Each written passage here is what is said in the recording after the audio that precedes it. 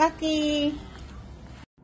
Ito naman po si Manay Jen. Magmi-mini vlog muna tayo ngayon kasi kailangan nating mag-voice over. So ayan, punta na ako sa trabaho ngayong araw. Ako nga po pala ay si Manay Jen, nagtatrabaho bilang nurse sa Amerika. Ang trabaho ko nga po pala dito ay panggabi, alas 7 ng gabi hanggang alas 8 ng umaga. So unang araw po ng bagyo dito sa amin, sa Florida, Hurricane Milton po ang pangalan. Kung makikita nyo, medyo madilim na pero hindi po ito usual kasi dito po dumidilim mga alas 8 or 8:30 na ng gabi. Ang tahimik ng paligid, ito lang sila mga ducks ang nandito. So tara na, magtrabaho tayo. Pero ayan po, yun, may crocs ako dyan, may payong.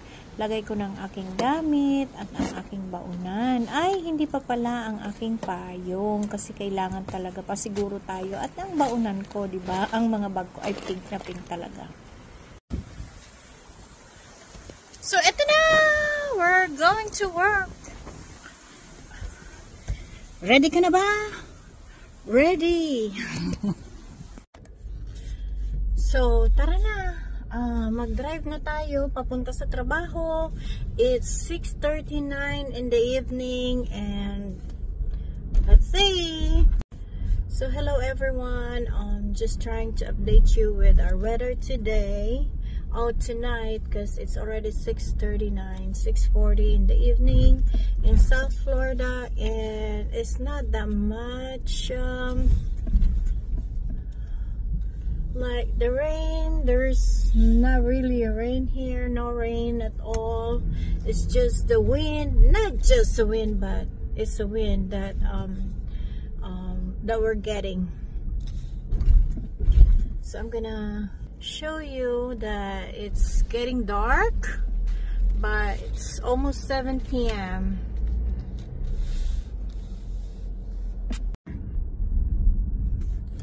Bali, wala na pong wala nang pasok ang mga bata, wala nang opisina, close na lahat, nag-close na Your sila. route may be affected by Hurricane Milton. Yan, so nag-a-announce pa rin sila tungkol sa bagyo nga dito sa Florida. Wala na, nag-announce na lahat na from today, close na ang mga schools at saka mga opisina. Ang open na lang talaga ay ilang grocery stores at ospital. Kaya kung kayo po ay magtatrabaho at kukuha kayo ng career sa healthcare, wala pong holiday, walang Christmas, walang New Year, depende sa position niya at wala ding bagyo or whatever pag nasa healthcare. So, be ready kung ganun ang gagawin nyo. Kasi ako ilang taon na akong nagtatrabaho as nurse. Pero kahit birthday ko nagtatrabaho ako. Meron tayong privilege na hindi magtrabaho pag birthday, pero nakakataon po kasi holiday yung aking birthday, hindi ko talaga pwedeng hindi pasukan, lalo pag walang makikipagpalit sa akin. Ito nga po pala ay construction sa isang road dito, yung sa daan. Tingnan nyo naman, wala talagang nagtatrabaho dahil nga may bagyo. So, they will keep it like that until further announcement na pwede na silang magtrabaho at clear na ang weather. So ito po talaga ang aking daan papunta sa trabaho. Grabe, as in wala po talagang mga sasakyan. Parang ako lang at yung isa nagda-drive doon, 2, 3. Yan, kami lang talaga. Siguro mga din sila mga nagtatrabaho sa kailangang magtrabaho, hindi pwede mag-absent. So ayan na nga, malapit na ako sa trabaho ko, paliko na ako doon sa ospital. So kung makikita nyo, ayan na yung aming entrance kung saan papunta ako sa aming parking para sa mga empleyado. Ay, grabe. Parang nasa Pilipinas, may bagyo. Pero pag nasa snow ka naman, blizzard at snowstorm, mahirap din. Kahit saan ka pumunta, may snow o wala, may bagyo or wala.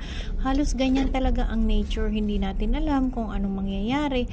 At nature po yan, wala tayong magagawa. So, kailangan lagi tayong ready, lagi tayong handa, Head kung ano northeast. man ang pagsubok na matatanggap natin. Kasi ganyan talaga ang buhay, maraming pagsubok at meron din namang grasya galing sa Diyos na nakakayanan natin ang lahat. So, sa mga gustong mag-update at gusto na makakuha ng update, ito po ang update natin dito sa aming lugar. Pero sa ibang lugar po ng Florida, medyo masama na po talaga ang panahon at hindi na safe, kaya kailangan na nilang mag-evacuate. Dito po sa amin, dito pumunta ang mga tao galing doon sa mga affected na lugar. So, safe po, medyo safe po sa atin dito ngayon.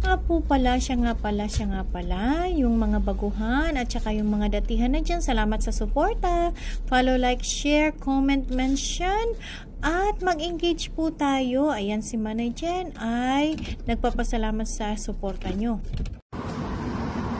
Ayan, tahimik ang ospital, walang masyadong tao, walang masyadong doktor kasi sarado na yung mga clinic.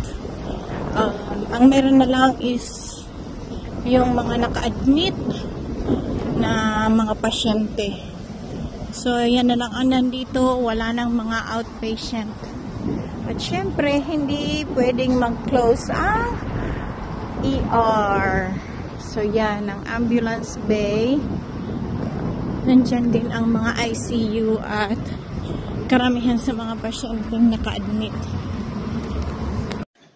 So, yung aking mga nakasama na mga nurse doon, ayun sila. Nag-uusap sila doon kasi nagdala na daw sila ng kanilang mga pambahay, pampalit kasi baka hindi na sila makauwi. At saka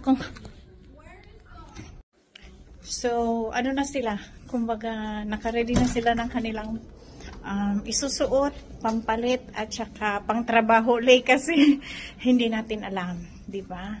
So ayan. Okay na, nandito na ako sa opisina. Bye everyone.